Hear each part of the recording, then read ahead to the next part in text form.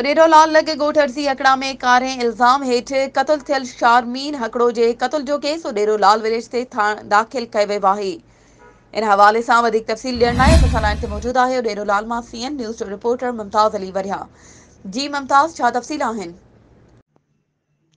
जी बिल्कुलु, उॾेरोलाल लॻ ॻोठ अर्ज़ी अकड़ा में गुज़िरियल ॾींहुं कारे इल्ज़ाम हेठि क़तल थियल शालमी हकड़ो जो क़तल जो केस उॾेरोलाल विलेज थाणे ते संस माउ मिसमात जमालुद्दीन ख़ातून जी फ़रियाद ते ॿिनि जावदारनि आमिर हकड़ो ऐं तमीज़ुद्दीन हकड़ो ते दाख़िल कयो वियो आहे।